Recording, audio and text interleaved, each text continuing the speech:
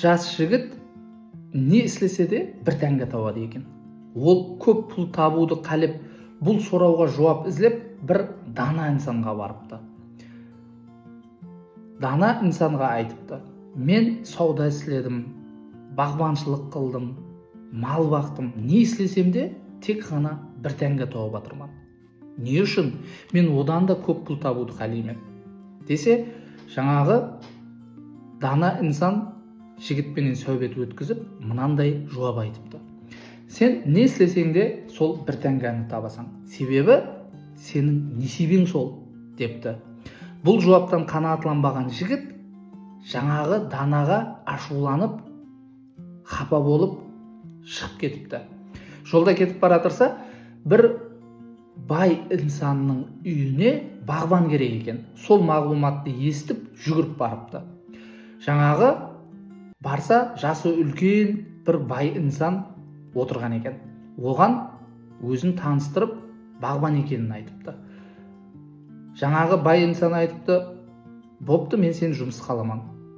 Ал іс хақыңды қанша сұрайсың, қайтып келсеміз сеніменен десе, жаңағы жас жігіт: маған парқы жоқ, қанша берсеңіз де разы болып бергеніңізге өзім көніп істеймін депті.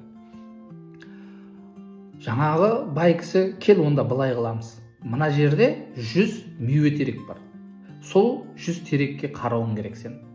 Ал айлықты ішінен қазір сен бір 10 теректі сайлап ал, соның мүйесін ертең сатып өзіңе айлық қылып аласың. Ал қалған 90 теректі мен аламан пұлын депті. Уақыт келіп, мүйелер пісіп шығыпты. Жаңағы 90 теректің мүйелері жүдә көп болып өсіпті. Ал жаңағы жас жігіт сайлаған 10 теректе жақсы мүйе шықпапты. Апарып базарға сатса, баяғы сол бір тәңге болыпты. Енді бала өзінің несібесі бір тәңге екенлігіне тән беріпті. Жаңағы дананың айтқанына сеніпті. Расынан да дананың айтқаны дұрыс екен, бәрібір сол бір тәңгені таудым депті да тән беріпті. Бұны жаңағы 10 теректе жақсы мүйе бермегенін көріп, бай таң қалыпты. Ол қалай? Бұл теректер жақсы мүйе береді ғой еді ғой. Не үшін ондай болды? Деп балаға айтыпты: мен саған аз ақша төлеген болып қаламын ғой. Үстіне неше сом берейін, қанша қосымша пұл төлейін десе, жаңағы жігіт өзінің іші біледі ғой енді. Яқ, болды, мен разымын соған депті.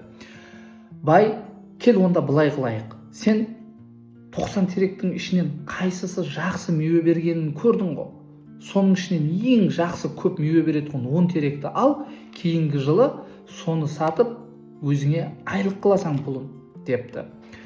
Бір жылдан кейін және тап сондай болыпты. Жаңағы баланың сайлаған 10 терегінде жақсы мүйе бермепті. Апарып базарға сатса, және сол бір тәңге. Бұл уақия бірнеше жыл давам етіпті. Бәршесінде сол бала бір тәңге ала беріпті. Жаңағы жас үлкен байдың бұл әлемнен кететін уақыты кепті. Һәм жас жігітті шақырып алып, оған айтыпты: мен сені бірнеше жылдан бері жұмсадым. Сен сондай халал жігітсең, менен артықша пұл сұрамадың. Келісімімізге разы болып істедім. Менің жалғыз қызым бар. Менің қызыма үйлен. Һәм осы байлықларымның, осы саудаларымның, осы бағыларымның бәршесі саған қалады. Менің орныма бәршесін жүргіз депті.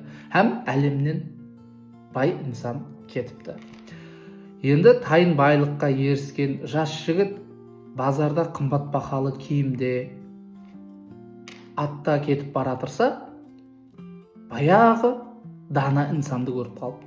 Һәм сол дана инсанды шақырып алыпты, берманге бері ұстап алыпты да: сен мені таныдың ба десе, дана инсан қарап тұрып: яқ, мен сені танымадым десе, көрдің ба мен қандай бай инсанға айландым?